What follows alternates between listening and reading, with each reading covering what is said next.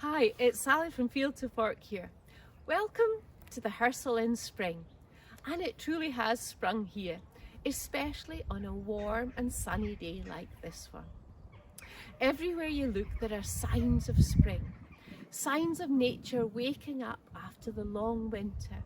And with the lengthening days and warmer temperatures, buds are swelling, shoots are pushing through, flowers are bursting open, birds are singing from the trees and hedges to attract their mates and stake their territories, and the insects are humming.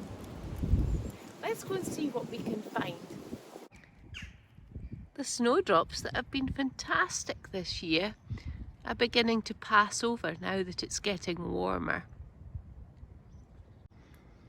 It's time of the purple crocus, which come in yellow and white too.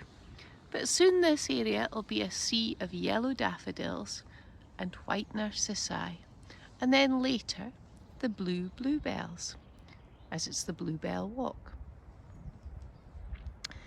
These flowers and others that grow on the woodland floor flower early to make the most of the light that penetrates before the trees get their leaves. This area near the house is just a carpet of purple crocus. A couple of weeks later, and this area behind the gardener's cottage is just a mass of daffodils. Primroses are a real sign of spring, usually found growing in bankings and areas of undisturbed soil. You might even find some pink ones too. The wild garlic shoots are growing away lush and green, carpeting many areas of woodland floor. It's your nose that tells you what it is really, as it's very garlicky smelling when you walk among it. The brightly coloured and scented flowers of the flowering currant will draw in the insects in search of nectar and pollen to feed on. On many trees you'll hardly notice the flowers and might even confuse them with leaves. Because they are not trying to attract the insects, they don't need to be brightly coloured and scented. They are instead going to use the wind to pollinate them. And they will produce masses of flowers because they need to produce a lot of pollen to make sure it successfully manages to reach the female flowers.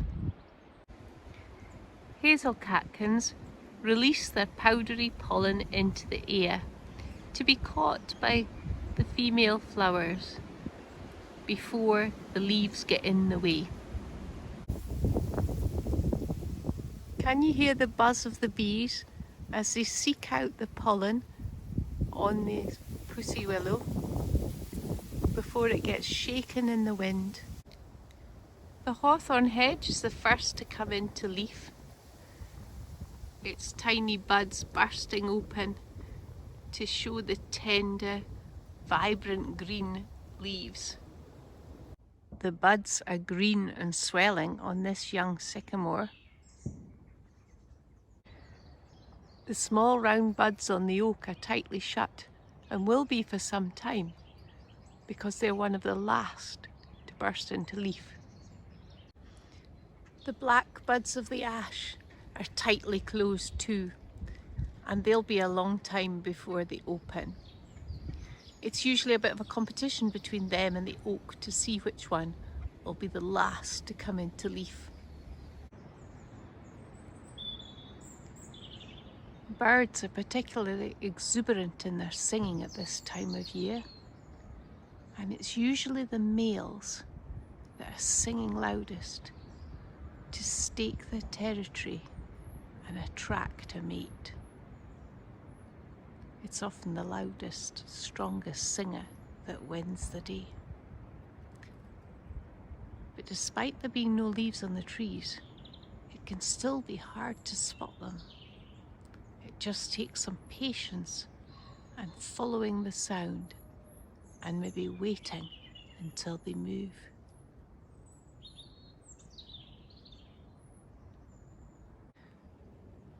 As it's now nesting season, we'll have to resist the temptation to investigate nests any further, just in case it's in use and we disturb a nesting bird sitting on its eggs or looking after its chicks. These mallards have found their mates. The number of male mallards are now outnumbering the number of females we can see, which is the case anyway, to ensure that the females have choice of the best and strongest males to mate with. But just now, it probably means the females are busy in nesting activities, which the males take no more part in. The female mallard, like many other female birds, has a much less distinguishable plumage than the male, and so it means it's much more suited to being camouflaged when nesting in the reeds and branches of trees, and so protect it from attack from predators. Swans, unlike the ducks, mate for life, and it looks like they've seen off their signet. Usually stays for about the year, but as they're preparing to nest, they might get chased off to become independent.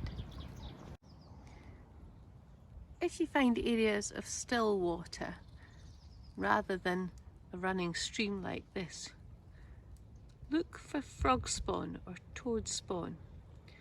Here in this stagnant pond we can see frog spawn, and if you look over here you can see the tadpoles have hatched and have eaten all the jelly and are now little comma shapes.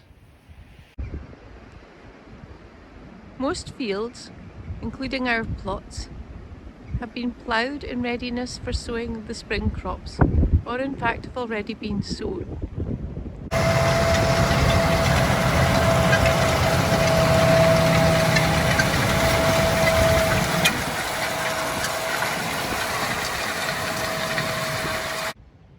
The oilseed rape that was planted in the autumn and has been low and slow growing over the winter is now beginning to grow away and put up that strong stem to grow into the tall plant that it becomes.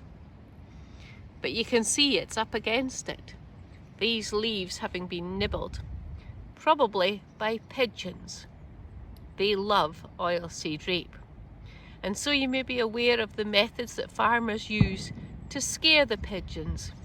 Bangs like those, and the flashing, turning, colourful bird scarers that sit in the fields.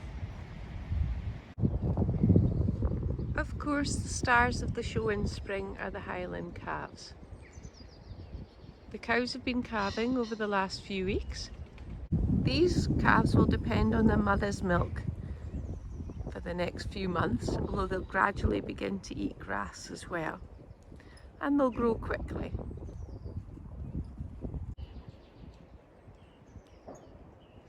They are very cute, just like teddy bears.